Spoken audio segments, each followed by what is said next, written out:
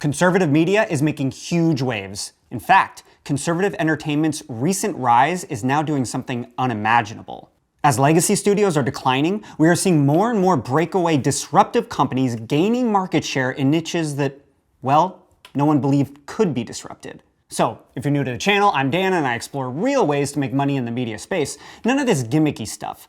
We just watch solid trends in the area so we can get ahead of it. Doesn't matter if you're a filmmaker, content creator, small business owner, or you just like to watch for entertainment. You can use these trends and changes to your benefit. Now, I made a video a couple of months ago about how the demise of Disney and big studios is an opportunity to make money in films. If you haven't seen the video, basically I explain how regular people can invest in movies like Sound of Freedom and why they are doing so well compared to the recent bombs Disney and others have put out.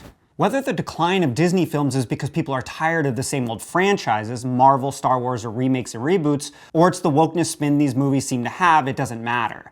Films that have had the most backlash online have been hurt the most financially. Lightyear featured a same-sex kiss on screen and lost an estimated $106 million for Disney. Then Strange World ended up losing Disney around $197 million, the biggest box office bomb of 2022. The Little Mermaid, maybe the biggest debate online since completed, people deemed it woke, a bomb. Well, at least for its budget. In all, Disney has lost about $1 billion in its movies this year.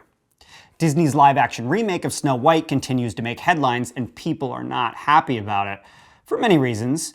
It's labeled totally woke, to the point where reputable sources are claiming even Disney is worried about the backlash this time. And rumors are going so far as to claim that the lead star Rachel Zegler has been fired for her comments and the movie itself scrapped. But as far as I can tell, it still seems like the project is underway, but who knows? Now, before I go any further, I need to say this. This is not just talking trash about Disney for the sake of talking trash. I actually am a huge Disney fan. So when they do things that I don't like, whether it's with their creative choices in movies or in their theme parks, I am more critical than anyone. But for us, and what this channel is about, is looking at the trends happening so we can benefit, or just learn. Not what I hope will happen, even if I want it to or not. Okay, so now let's talk about the opportunities. Right now, we are having a huge desire for conservative media, and particularly faith-based films and other entertainment. It's actually pretty incredible how many faith-based films are coming out and actually making money. They have a built-in audience, and it gives people something they have been missing from other movies: emotion. We even have seen a significant amount of crowd-funded faith-based films, projects, and platforms rising. People are voting with their money. An increasing trend to produce these films that focus on religious themes and values, or just family values, has really taken Hollywood by surprise. In fact, 41% of adults in America said that within the past 2 years, they had seen a movie that had caused them to seriously think more about their religious faith. This has created a demand for more films with these undertones. Faith-based films have been proven to be profitable, low-budget movies, and if you remember from a while back, that film God's Not Dead, it made $65 million on a $2 million budget. I've heard a lot of people say movies with moral, family-friendly, and uplifting content would perform better at the box office than movies with excessive foul language, violence, and sex. But I don't know, what do you think? Stars such as Mel Gibson or Mark Wahlberg have either taken on roles or directed films that are faith-based. Rarely do we see celebrities mingle with faith-based, but when they do, big returns. Hollywood is finally taking notice. There is revenue to be made through this type of entertainment.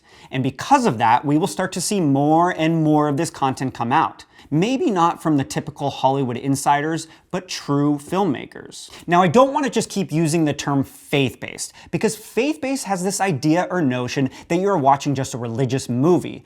But in reality, people have been intertwining the terms faith-based, family-friendly, and conservative content together. It's almost become a genre in itself. What people are really saying is content that delivers what it promises and holds certain values at the core of it. So conservative doesn't mean just family-friendly content with no woke agenda. Sound of Freedom is considered to be conservative, and that movie is clearly not made for kids or the whole family to watch together. It's because values and morals are at the heart of the film and it delivers what it promises. Conservative, family-friendly content doesn't mean the shows and movies will have anything to do with religion or faith in story, so it's also made for people even if you're an atheist.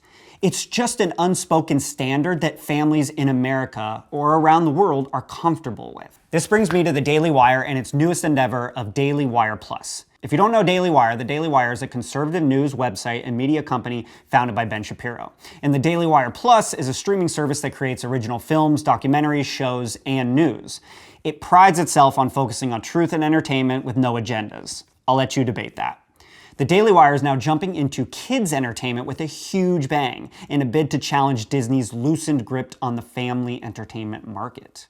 They released the streaming platform Bentkey, which features content kids will love and parents can trust. And they are on a mission to take back the children's entertainment industry from the woke mob. At least that's what Jeremy Boring, the Daily Wire's co-CEO, said. Bentkey and Daily Wire are committed to competing with Disney Plus streaming service for viewers. Now, Bentkey's programming went live on the 100th anniversary of the founding of Walt Disney Company and became the #1 app for kids in the Apple App Store in its first day. Bentkey's CEO believes Disney, as a corporation, pushes all the excesses of the woke left and controls the largest content library ever created, and the reach particularly with children is beyond anything that's ever existed. And he also believes Disney now doesn't share the same values of the founder, Walt Disney, because Walt loved America. So I would argue that the Daily Wire has been on a mission to create an alternative to Disney, to say the least, and it has spent $100 million to create its own children's entertainment company. I mean, that is a huge undertaking to directly challenge Disney at children's entertainment.